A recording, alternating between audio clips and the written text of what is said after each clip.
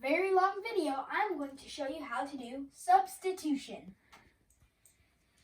If you're wondering, what do these have in common? I will show you what they have in common. Let's rewrite this into what this can equal together. So, it would be x minus 1 squared equals 4x minus 4 minus 3. This is the same thing as negative 7. Now, we can substitute x minus 1 for the easiest variable, p. So it would be p squared equals 4p. Wait, no, I'm going to write this a little bit bigger. 4p minus 3, because this does not count as any of these other variables over here, so it would be 4p minus 3. Now, what we're going to want to do is put all this on this side, so it would equal p squared equals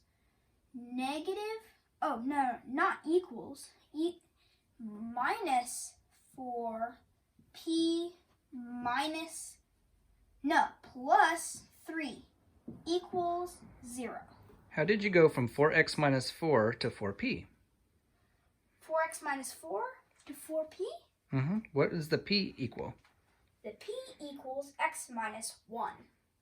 Okay, so how do you go from 4x minus 1 to 4p? 4x minus... Wait. 4x. How do you go from 4x minus 4 to 4p? 4x minus 4 to 4p, because these both can if you divide by 4, 4x minus 4 divided by 4 equals x minus 1. So you have to multiply p by 4, because it takes 4 p's to get 4x minus 4. Gotcha, so you just skipped a step. Yeah. Gotcha.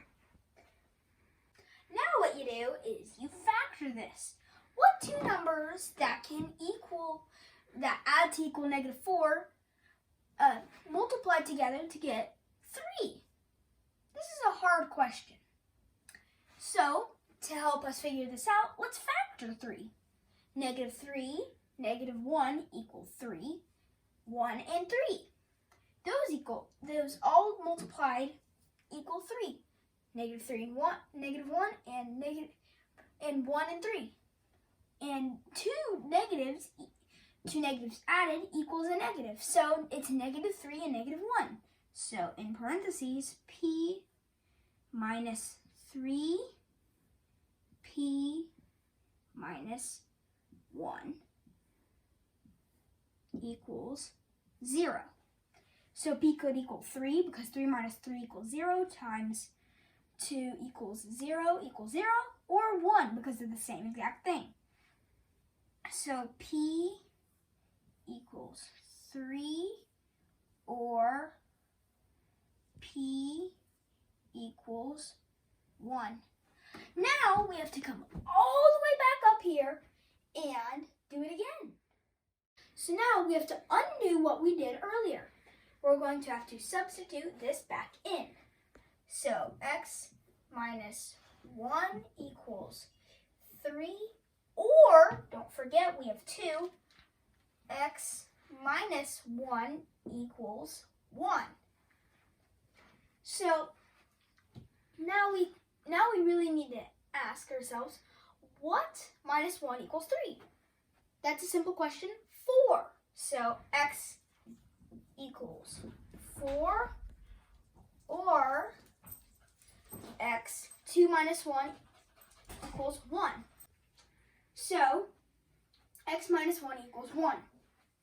2 minus 1 equals 1. That is a true statement. So x equals 4 or x equals 2. Now, don't we have to plug these back in? Let's plug these back in.